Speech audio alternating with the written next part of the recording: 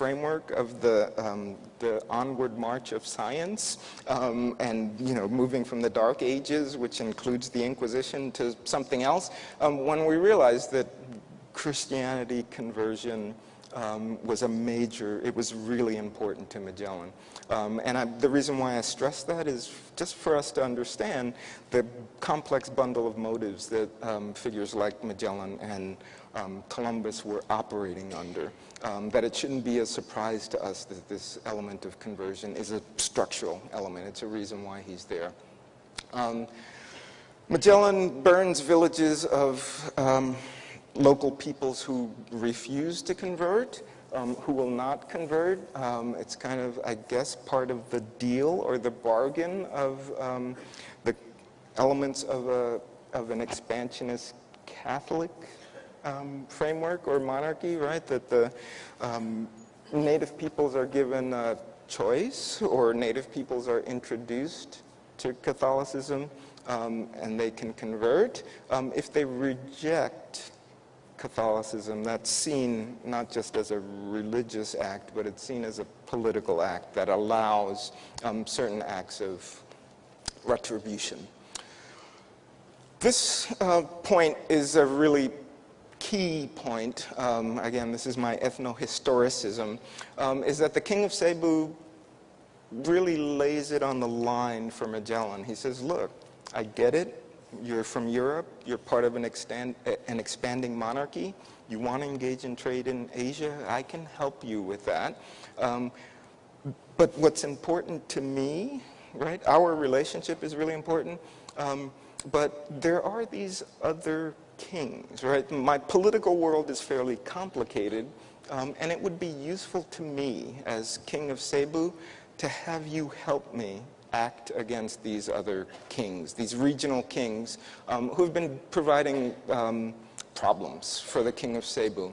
The reason I point this out, the reason why it's interesting to me is that as a student of European expansion, it's something that's very familiar to me, right? That Europeans do believe that they are engaging in a confident process of expansion and conquest, and they are, and they do. I don't want to say that that doesn't happen, but if we look with an ethno-historical perspective into how they did that, what we see in the early stages of expansion is Europeans getting embedded in local, indigenous, political, the political life, right? So in the same way that I said that there are pre-existing complex maritime and economic connections that Europeans are inserting themselves into, these political worlds are also really complex, and Europeans almost immediately, there are many, many similar examples of Europeans who engage in diplomacy, conversion, interaction with indigenous polities, and kind of the next thing, right? The next important element is we're friends now. Friends help each other against common enemies, right? So Europeans do adopt a set of friends through these interactions that we might call diplomatic. They also do acquire enemies, right? In that process of friendship. This is I guess my long introduction for this 28th of April. Magellan found himself arrayed against thousands of angry people under this king at Mactan, whose name has come down to us through the sources and is still known as Lapu-Lapu. It's also a place name in Mactan, off of Cebu, and that's the place where Magellan meets his end. And it's interesting, right, that, again, his death has been described as a providential act, right? It's part of a process of religious and political European expansion. Another way to describe it, again, if we change our perspective, is that Magellan dies acting as a mercenary in an army that is operating at the behest of a foreign ruler, right? As part of this complex process. I don't think that changes what happened. I don't think it minimizes what happened. I think it does enrich and provide us with a kind of an insight and a depth of understanding, and also helps us understand how it happened and why it happened. All right, so following Magellan's death, his ships regroup. They visit the Moluccas. They're commanded by an able leader and seaman named Elcano, and the ship that Elcano is captaining returns to Spain in early September 1522. He returns with a there are fewer than 20 men with him. I think the total number is 19, including him. So he plus 18 of his crew return. Gives you a sense of just the attrition that was a part of this process. So one of the crew members, Antonio Pigafetta, wrote an account which he claimed was based upon the ship's log and records that he kept of Magellan's circumnavigation. This is his map of the Strait of Magellan, which has been reversed. But it's kind of, the orientation is, I guess, a little sidelong. And I'll just bracket that for the moment to give you a sense, right? This, to me, is a very, what I would call a 16th century and a late Renaissance framework of cartography. This is a depiction from an atlas by Hondius, 1635. Again, this is a more accurate depiction of the Strait of Magellan. And, you know, it gives you a really fine sense of the delta that's here, and what I would call, I guess there's a fan shape element to the southern zone and Tierra del Fuego. What's useful, what's interesting is that this map also provides depiction of some of the ships, and you also get a nice sea monster there, if you're a fan of such things. There's another one in the lower corner. This is the, I guess, the Google Maps, the satellite view of that strait. And again, just to highlight that it's not entirely intuitive how to navigate through this strait. You can see that there are, right, the route that you want to take is going to take you through here, but there also is, right, a really long dead end that's possible, and that needed to be explored to some extent in order to establish the route of this strait. It's intriguing that this portion of the earth and that portion of the strait was given the name Tierra del Fuego because as they passed through, they observed fires, right? The indigenous people had lit fires at night that they could see and that they could observe. So that even in this, right, not so wonderfully hospitable part of the earth, there was observation of and evidence of, you know, fairly dense, meaningful human habitation that was part of their experience. All right, so I guess this is the part of my great voyage where I move us to the post-strait part of Magellan's circumnavigation and to situate us in Asia and in the Philippines. I guess I did this right in that Cebu is almost dead center in this map, and the island of Mactan is here. It abuts the really larger island there.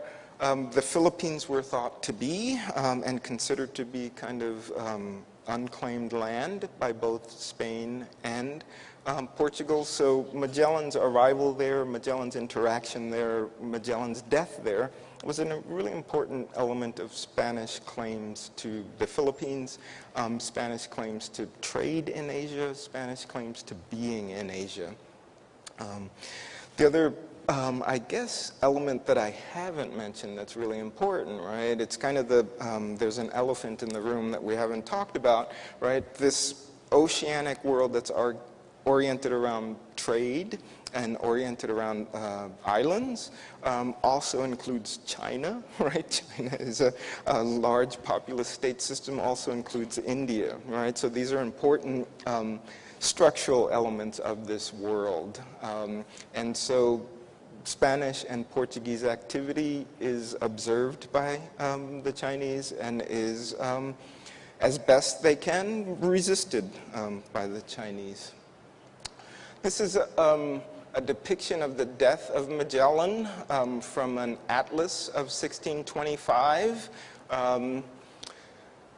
So you can see, right, there's depictions of Asians as indigenous people. I would say that these images are very familiar to me as a historian of the Americas, even though it's depicting individuals and groups from Asia. There is a kind of a graphic carryover of imagery and representation of non-Europeans that we see really strongly here. But it's a depiction of the paradigmatic fact of Magellan's circumnavigation, which that he didn't return to Europe at the end of it, but in fact he lost his life in the midst of it.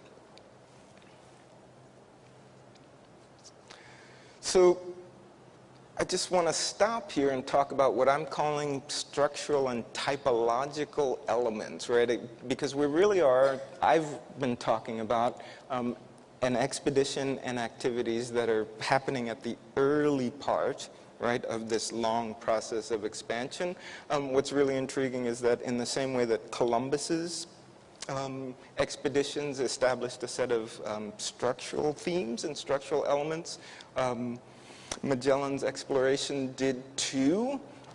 So beings and non-European beings are described as particularly strange. The Patagonian peoples that are met in South America are described not just as really tall or really robust, but they're described as like giants, right? People who are 11 feet tall or larger. Again, that there's a return to almost a mythic element of human experience as Europeans travel across the globe. The second element that I'm saying is structural or typological, right? Something that we see in later expeditions by enemies of the Spanish, right? Europeans who are not Iberian, we see this too. Mutinies and threats to leadership, it's something we saw with Columbus, something that happened in Columbus's expeditions, something that happened with Magellan, it's something that happened with Francis Drake, another circumnavigator, something that is both structural and also typological. What I mean by that is that there are real expeditions that did not experience mutinies that I know of that actually describe mutinies, right? Because it's thought to be a structural element. And there are, again, there's an expectation that a mutiny is a part of the process. Conversion and the duplicity of false conversions on the part of non-Europeans, again, is part of a what I'm saying is a typology of European expansion that we need to really be aware of as we try to think ethno-historically, right? What are the motivations of indigenous people, why they might convert, how they might convert. The Americas are seen as a place of paganism, depending on who you are, right, at this moment in time. I'm using the term paganism, right? An Iberian person would kind of use demonism, right? Or devil worship. Another important element that becomes structural is what I'm calling the specimenization. I apologize for using that long portmanteau word. What I mean by that is indigenous people who are not just observed, who are not just studied, but who are actually grabbed and placed on ships in order to be taken back to Europe as part of the accoutrements, the material accoutrements of exploration or conquest. And the expeditionaries were really interested in these Patagonians. They captured 3 Patagonians, unfortunately.